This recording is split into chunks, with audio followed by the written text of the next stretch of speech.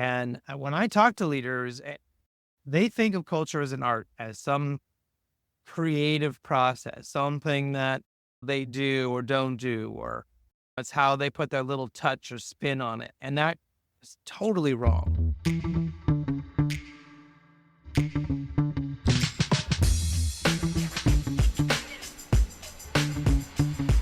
Welcome to Relationships at Work, your leadership guide to building workplace connections and avoiding blind spots. I'm your host, Russel, a communications and leadership expert with a couple of decades of experience in both those areas and a whole heap of curiosity on how we can make the workplace a better place.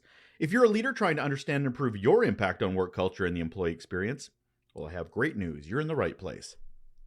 Most of the conversations I hear about culture is about what people would rather have, or what they're trying to do to improve the culture to be healthier. All great, good conversations. Should have them regularly. But what I rarely hear is about trying to tie productivityness, that's a word, productivityness to culture. It seems to be contradictive to a lot of people. Is it a healthy culture focusing on employee well-being, or is it about making money? Is it about creating widgets? The funny thing is that a healthy culture should be more productive, because improved productivity, is a result of a healthy culture.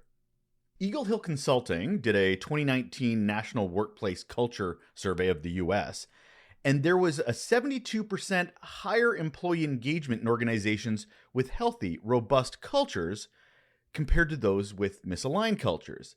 Now, engaged employees are more willing to go above and beyond, which results in a 57% increase in things like discretionary effort. And there was another survey by Gartner this time. They found only 31% of leaders feel they know how to get their culture to perform. That seems interesting. Better alignment can actually increase employee performance by up to 9%. Great, healthy cultures equals productivity. We need to be tying them together a lot better. So what do we do as leaders to connect the dots? My guest today is a highly recognized expert on this very topic, and he's eager to get the word out on how to get this right. So hold on. And on the show today, we have Chris Dyer, and here is why he is awesome. He's a keynote speaker on company culture, ranked #1 for that very thing by Inc. magazine. He's the author of The Power of Company Culture, How Any Business Can Build a Culture That Improves Productivity, Performance, and Profits. And he's the co-author of Remote Work, Redesign Processes, Practices, and Strategies to Engage a Remote Workforce. The man likes his P's. He's on tons of top this and top that lists, focusing on leadership and change management, including as a top 101 global employee engagement and experience influencer by Inspiring Workplaces and Work Buzz. Hello, Chris. Hello. Thanks for having me. Thanks for being here, sir. As we're both enjoying whatever we need to at this early in the morning, I appreciate you connecting with me today. There's coffee in here. I promise. Ditto. Whatever you're drinking, I'm right there with you, sir. Before we get into our very interesting topic of high-performing cultures, I have the question I have to ask all of my guests being thrown your way, Chris, which is, what is your best or worst employee experience? So I'll give you a story that kind of dives into a little bit of both. We, many years ago, had a big project and we had to hire a whole bunch of people. And the client was like, we're going to give you all this business. We promise. It was all this stuff. Now, they turned out to totally screw it up. And they didn't end up giving us the $1 million contract. Things didn't work out. And so we had hired all these people on for this special project, and then we ultimately had to, let them all go. It didn't last. And that's the only time I've ever had to bring people on and then let them go. We've always been really safe and good trajectory. And we let people know there was this chance. We were very upfront that this is a big, weird contract deal. And so it wasn't a huge surprise, but that was still weird. But we had identified 2 people who I thought did really, really great, and that we could maybe keep them around into the core business. And one of those people was a nice woman. And what I noticed was that about a week in, my people came to me and said, I can't stand her. We have to get rid of her. And I'm like, what's going on? Because she was very high performing, all these great stats. And they're like, she asked so many questions. And I was like, tell me more. And they were like, she wants to understand every little thing. And she asked a million questions and it's just driving us all crazy. And I'm like, listen, give it 2 weeks and she's going to be your best employee.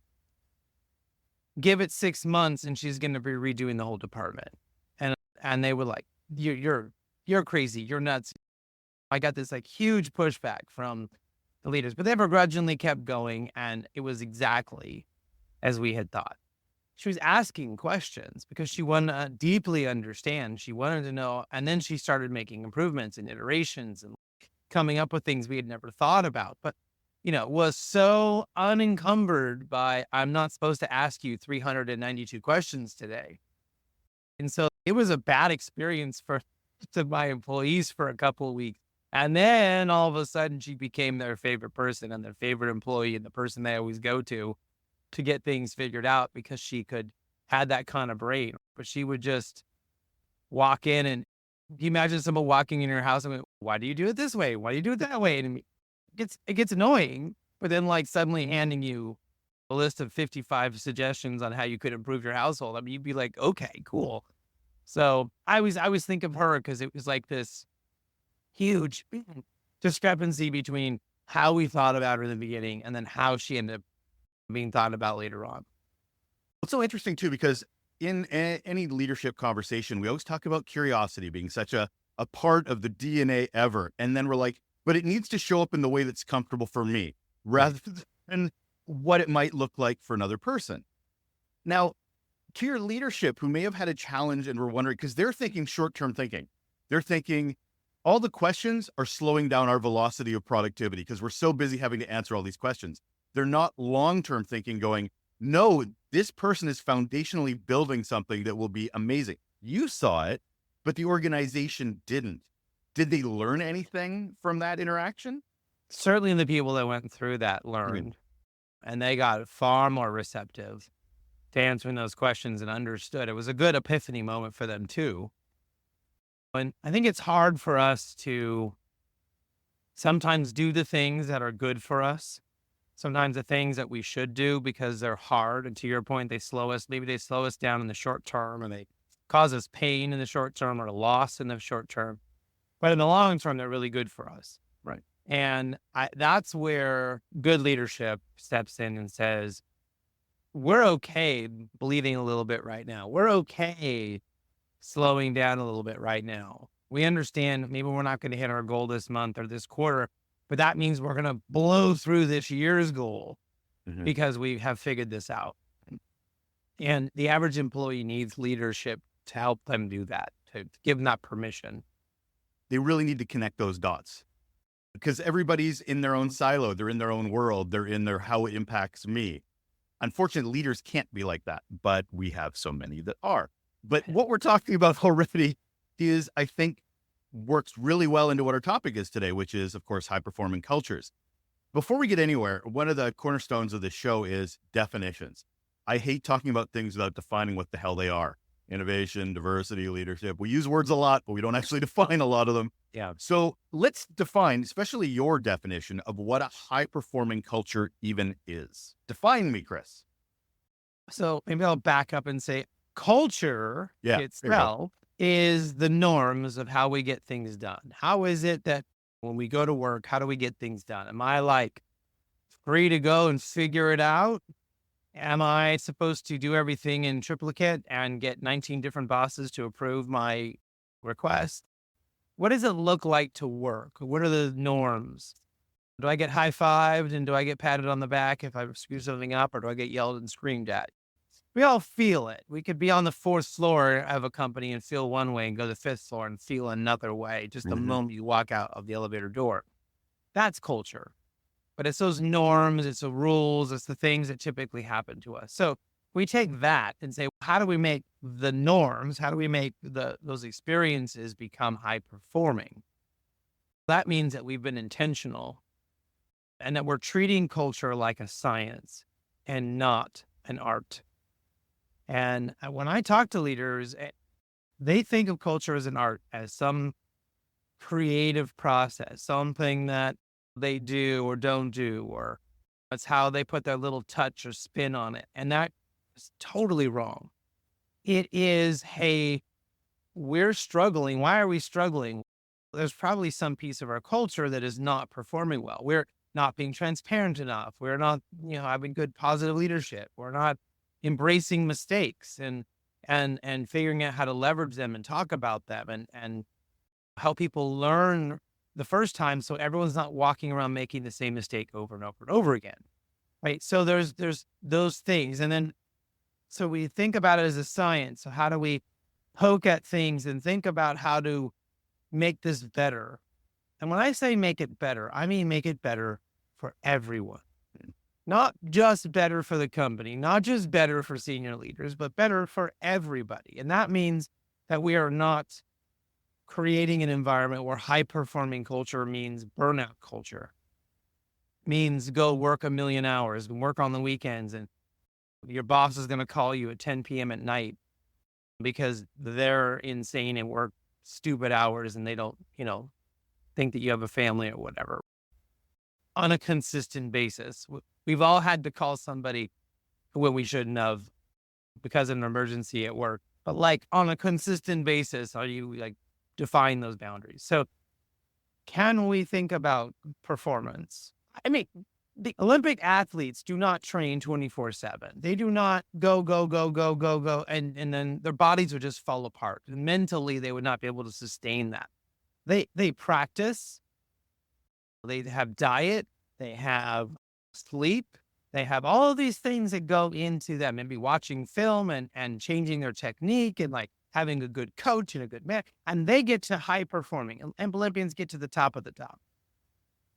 And they don't do it by burning themselves out. Those people never make it. And so we have to kind of think about that analogy a little bit as it relates to the high performing part.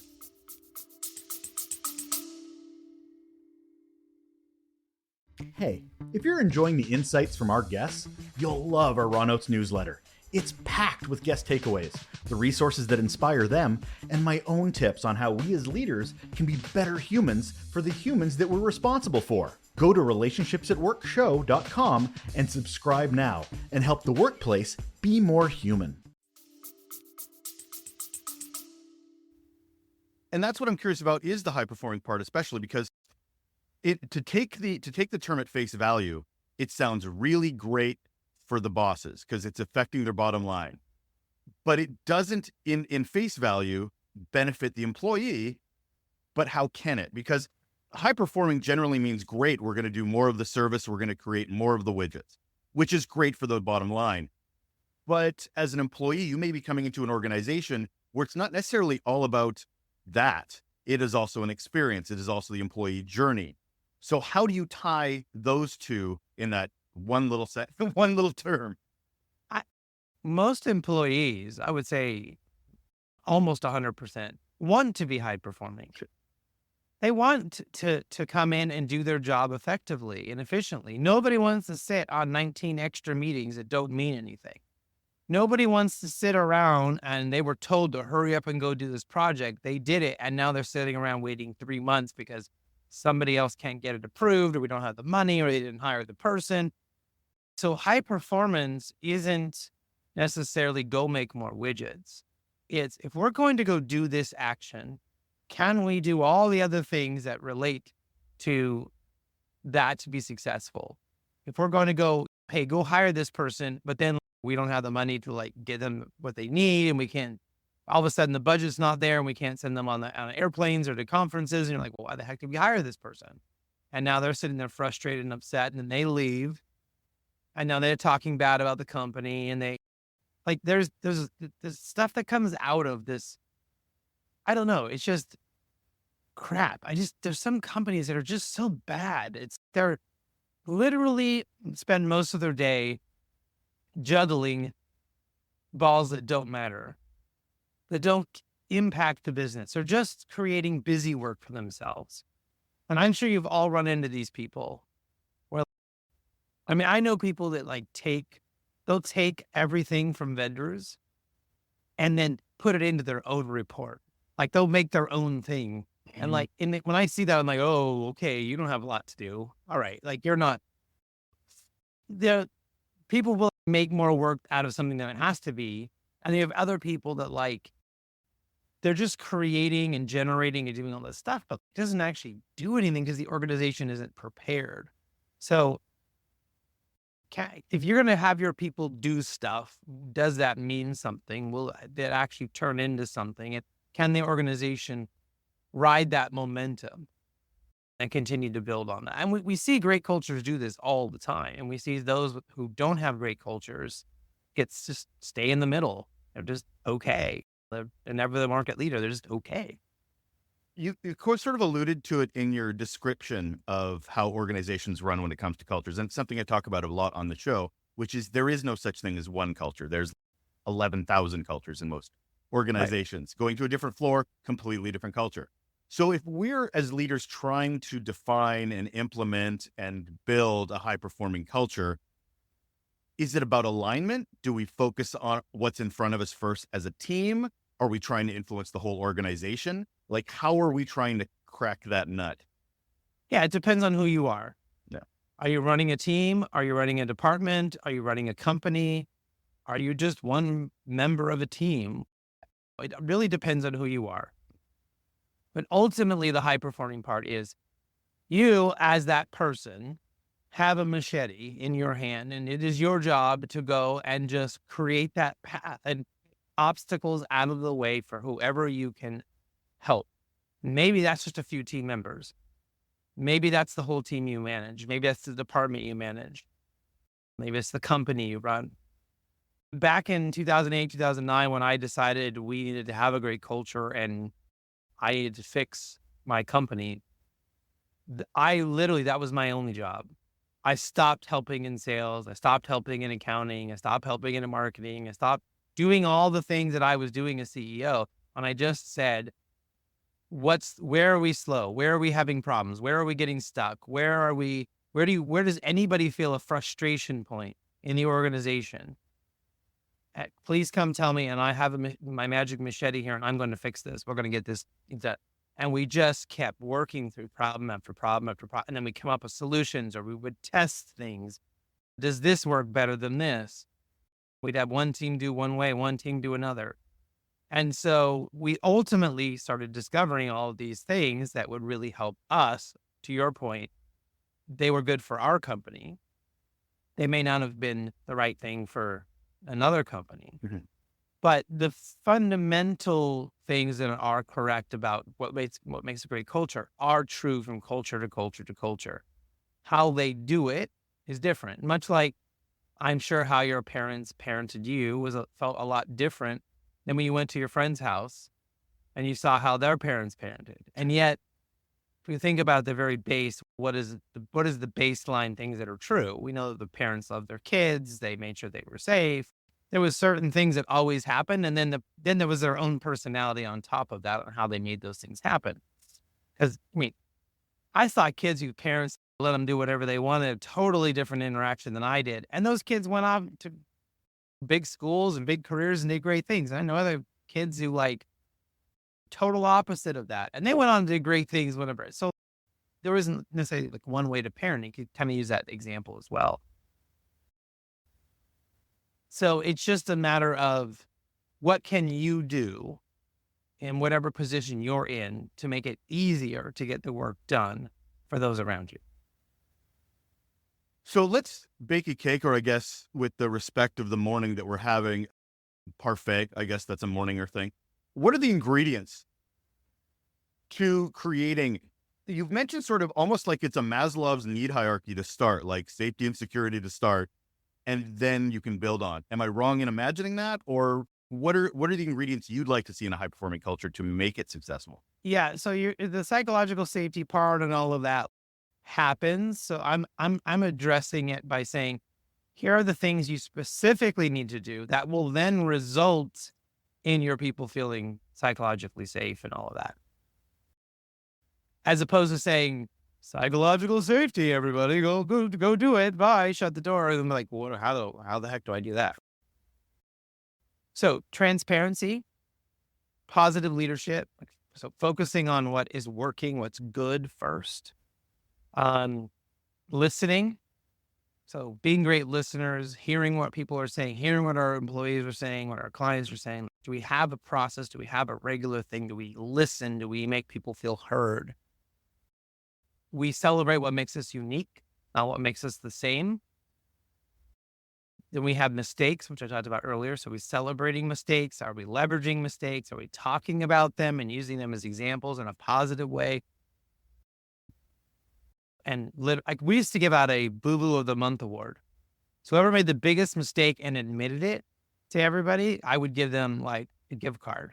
Now I hate gift cards for anything except for this. It worked for this. And people loved it. Like they would literally, we had a room in Slack called Oops, My Bad. And people would go in there and say, this is the stupid thing I just did. Just letting everybody know so you don't make this mistake. Like I didn't realize that this form or whatever wouldn't work in this state. And I told the client that and I had to go back and fix it. And they'd come in and admit it because we had that safety. Then measurement is the next one. So we have to measure what matters. I mean, just a very simple example. If you want a culture that is respectful of each other, then are you measuring how respectful we are to each other and then how we interact with each other? Is that a goal for everybody? Is that something we actually talk about? Like you can't just say it and then don't do anything with it. We might measure our P&L, we might measure our sales and things like that. Those are important factors, but there's some trait you want the company to exhibit. Are you measuring it? So you take all of those. Hopefully I said all 7. I don't know if I said 6 or 7, but like you take those things and you start to work on them. You start to realize whenever I talk about these at a conference, if I'm delivering a keynote, somebody always goes, you can see it, like the light bulb goes off in their head. They're like, yeah, transparency. Okay. Positivity. No measurement. Boy, are we bad at that. Like you can see their eyes go, oh, okay. Right. If we just went and fixed that, maybe we'd be okay. Maybe things would be a lot better. It's usually transparency, by the way. That's usually the one where they go, oh my gosh, we don't tell anybody anything. Nobody knows what's in the CEO's brain. No one knows why senior leadership made that decision. Nobody knows what each other's goals are. Nobody knows like what the actual objectives are this year. I saw on my friend of mine's post, Dr. David Burgess, he reminded everyone, I can't remember if it was Inc. or Forbes, but they like surveyed senior leaders and said, what percentage of your employees know what your objectives are this year? They would say, oh, at least 90%. And then they went back and then for the employees, it was like 2% actually knew. You know? The gap between what executives think and what employees know continues to grow. Yeah. So you brought a really good example of when you were a CEO and you made it a priority to focus on culture, on bottlenecks, on where things can get fixed. What leadership style are we talking about here? Because so leadership style is it's a Swiss Army knife. Nobody should have one leadership style, or then they can't talk about innovation and adaptability in the next sense, because it's all about showing up as you need to show up. And you showed a great example there of, okay, I need to focus on this. I need to stop the working leader thing. I need to really focus on the culture of the organization. A lot of leaders are like, that sounds great, Chris. I have 17 meetings today I have to get to. When on earth am I going to have time? So what is the leadership style that works best for creating a high-performing culture? We have to decide what is the most important thing. What is it we're trying to accomplish? What is it I want to happen? And what's important there? Because I'll bet you 18 or 17 of those 19 meetings you have today are total crap and you don't need to have them. And if you didn't have them and if you were in the hospital or you got COVID or whatever and you didn't go to them, the world is not going to end. And we're probably doing a lot of those meetings just to feel good, to feel productive, to feel, I don't know, to hear ourselves talk. I mean, there's a lot of ego that goes into all of this stuff we do that doesn't really matter. And I realized that when I like just stopped doing all these activities, and it was like sales actually didn't disappear. They didn't get worse because I wasn't involved all the time. Marketing was just fine. Operations was just fine. They came to me if they needed me, if there really was something that I needed to help them with. But I didn't need to be on all these meetings all the time. I was like, it was creating busy work, essentially. And so when I went back and said, I want more sales. Hey, sales team, what's the biggest thing keeping you from getting more sales? And they might say, we need more leads and we might need more of this. But like number 3 and number 4 would be like, we need to stop being on so many meetings. We need to like our sales leader is asking us to put so much stuff into our CRM that we spend 40% of our data input and not selling. And I remember going, oh my gosh, wait, what? You're spending 40% of your day typing crap into a CRM? Okay, stop. Instead of let's go hire another salesperson to meet our sales goal, Great. I hired a sales admin whose job it was to sit and put all that stuff in for them. And they got massively more productive. They started selling way more. Why? Because they weren't spending 40% of their time. You ever met a salesperson? They do not type 100 words a minute. Salespeople did not like go learn how to type really, really fast. That's not what their skill set is, most of them. In fact, a lot of good salespeople I know do this. Search or destroy. Right? Yes.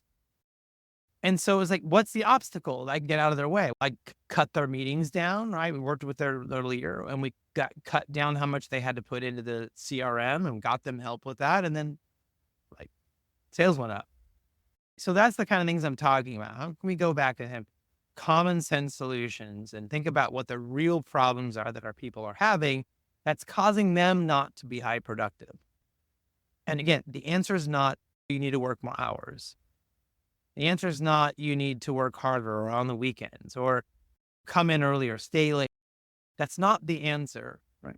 The answer is not that you need to like, I don't know, focus more or be less distracted but I would say that the other part, if you're a leader, if that itself, you might be like, okay, yeah, fine, I'm doing that. Or I don't know how much I can do of that. The second thing I would say is anytime you take on a task, anytime anybody else in the company that you're managing is taking on a task, what task are they giving up? Because usually they don't. Usually we just keep adding on to people's plates and they never let go of anything. And then suddenly they have so much to do. They're in 19 meetings a day because they're in all these things and their productivity goes down or they burn out because they actually keep it up. They keep that level up, but they just work more hours and then you lose them because the only way for them to escape is to leave the company and start over again when they have like too many tasks, too many things that they're responsible for. So there's lots of different ways to think about it, but it's virtual machete. How do you maintain this? Because people come and go. If there is a leader and you're championing this and you're getting all the buy-in and everybody's moving along and suddenly that leader leaves, suddenly that team changes its dynamic, how do you keep it consistent and resilient regardless of who's in the roles? That is, I mean, the role of the CEO plays a big part here to prioritize that and to continue to tell your senior leaders that this is a priority and to continue. And then again, to measure it, right? I mean, as a CEO, I went out and I did the work, but then I went back and my senior leaders saw that it was impactful and good and they were doing it on their own and they were jumping in and they were realizing they saw the value, they saw the importance I was putting on it. And then I started making that a regular part of our cadence. Once a month, we'd talk about how are we helping the culture? How are we helping the people? This was a bullet point in a discussion that we had every single month. And then I would measure, okay, what have we done? And when someone would take on a task and would say, okay, John in this department said he could start doing this day, I would say, okay, but what thing did we remove off of John's plate? That's a really big ask. It's a big thing he just took on. What are we removing? So you have to keep asking those questions, keep having those conversations, keep, doing that over and over again to really make sure it's happening. I think raising the awareness of leaders and executive to understand work, because to them, they're just thinking, I need a thing done. They don't care about your workload. They don't care about it's your time management skills. That's not a me problem. I remember hearing a story. I cannot remember the man's name. Head of one of the heads of Pixar. Not Jobs. Not Jobs. Anyway, he was writing a book called Creativity Inc. And he was talking about how Great book. Yeah. I'm when blanking on the name too, but yeah. when executive would come into his office and they'd ask him to do more work, he had popsicle sticks on his wall that illustrated man hours, woman hours, diversity hours. That's not trying to be inclusive, to illustrate the work that was already being assigned. And that if somebody jumped in and brought the office, I want this, this, and this, the other. Like, okay, great, love to. What am I moving? What am I not doing? What am I bringing down that you want to replace? As soon as they saw the board, they're like, oh, never mind. And then they'd walk out of the office because Right.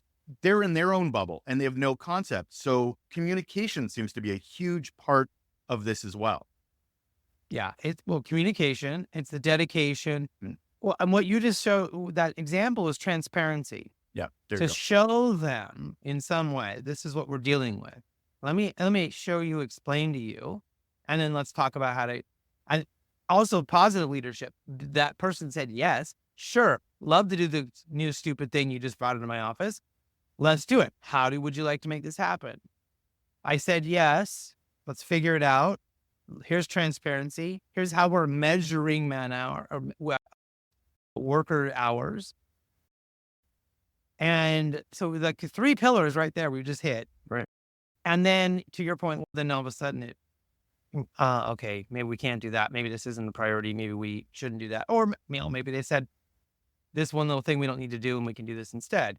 I mean, this is where like Scrum and Agile has some parallels with backlogs, and you have a product owner, you have somebody who's in charge of monitoring all the things that need to be done. And you have someone who's actually in charge of helping the teams get it done.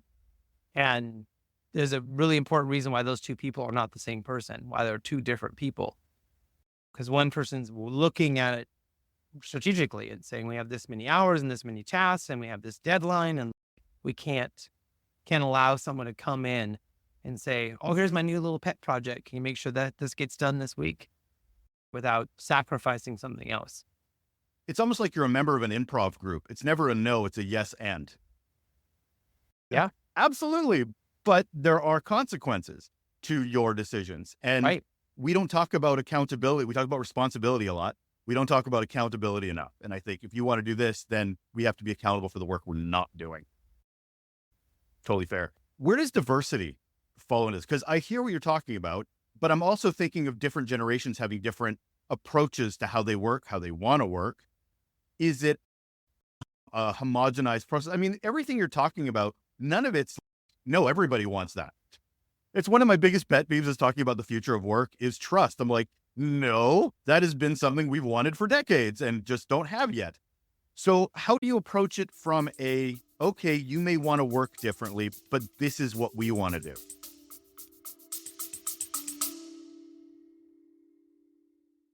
Want more from our conversations on the show? Subscribe to the Raw Notes newsletter. It's where I share top takeaways from our guests, the resources that fuel their success, and my personal insights on how we as leaders can be more human. And we need more human. Go to relationshipsatworkshow.com and sign up today to keep your leadership journey on the right path. Yeah. The diversity part comes under the uniqueness. So we want to celebrate what makes us unique, and then ultimately be clear about what we want our people to accomplish and set those expectations and work collaboratively with them to set those goals.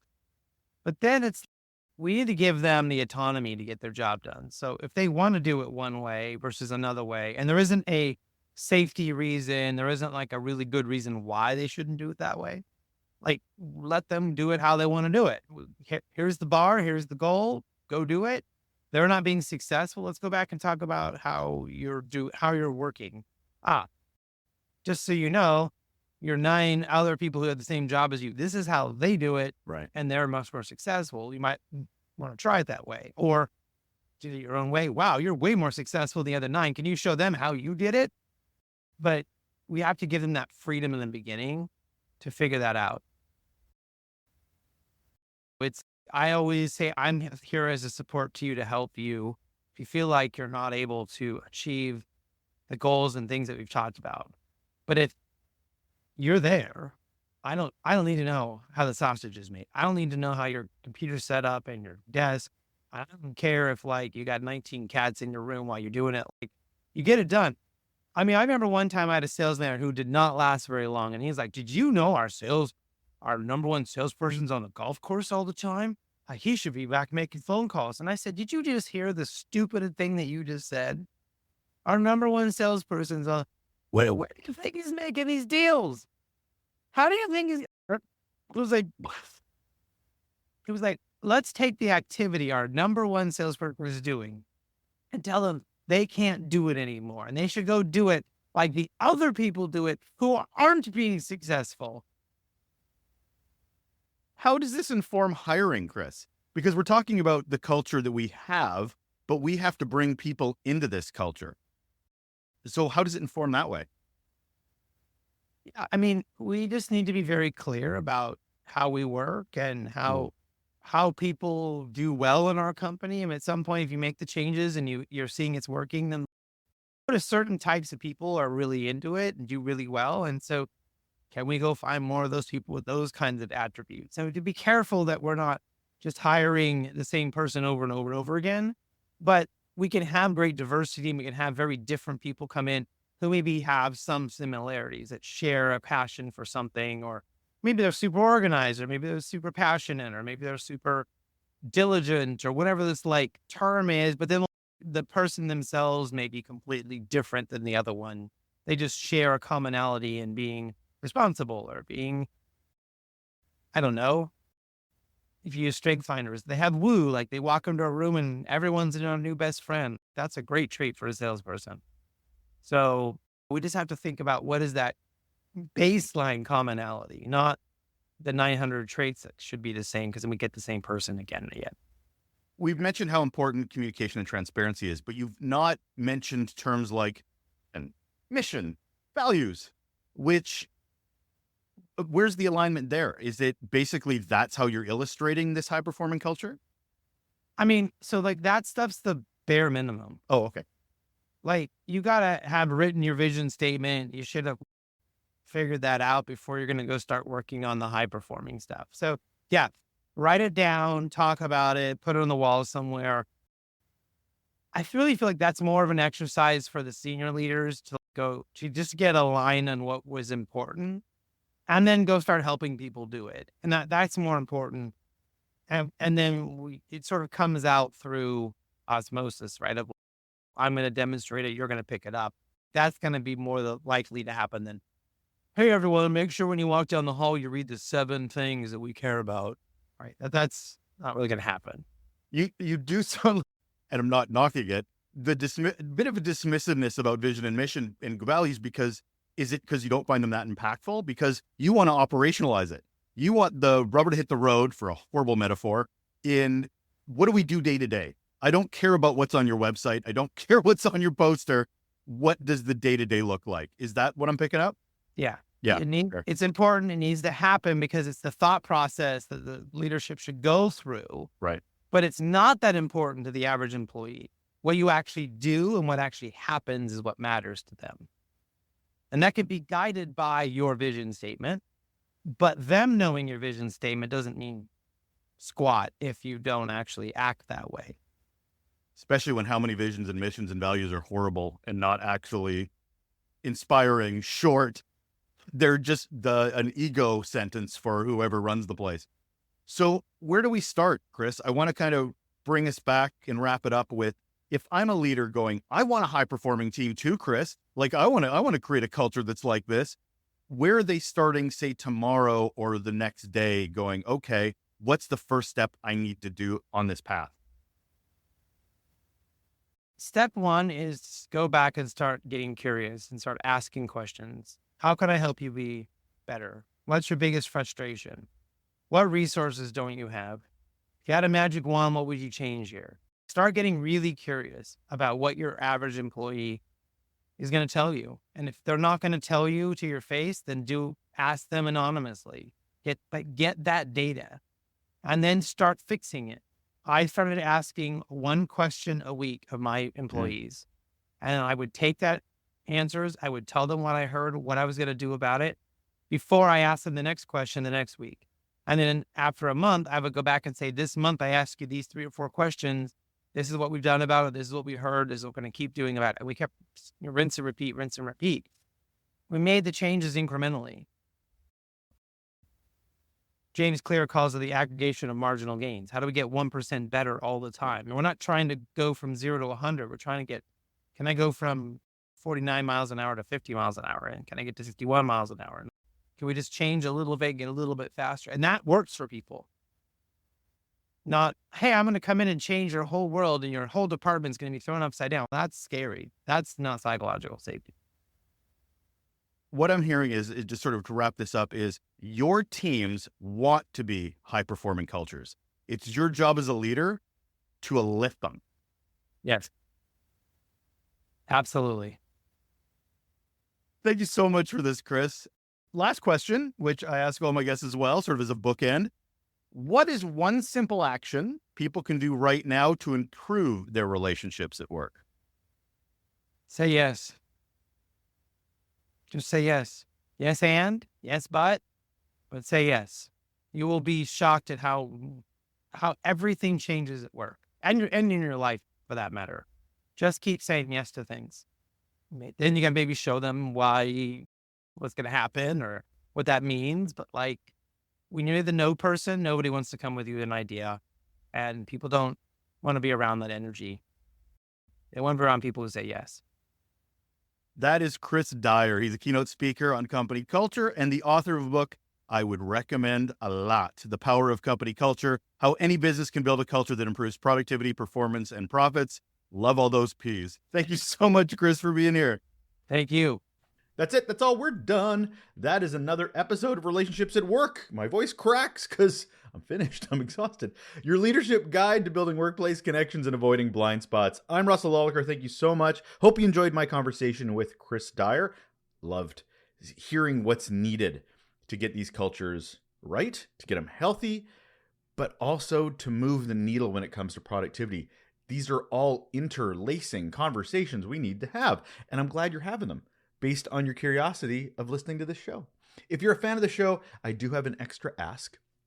I would go to Relationships at Work Raw Note newsletter. That's right, russellolliker.com or relationshipsatworkshow.com. At the top, you'll see Raw Note newsletter. Now, why am I talking about this? Well, what it is, it's a nice compliment to our podcast. It's a free newsletter that you sign up and get every week. Insights on the show that you just listened to in regards to the guest. A special treat from the guest that's not shared on the show about a leadership resource that has inspired them on their journey. You'll also hear some insights from me that inspires those mini episodes that come out every Thursday. So yeah, if you're interested in having a little bonus, a little plus one, I guess, to the podcast, I recommend checking it out. It's all for free anyway. All right. Well, that's it for me, and I will look forward to talking to you again. Take care.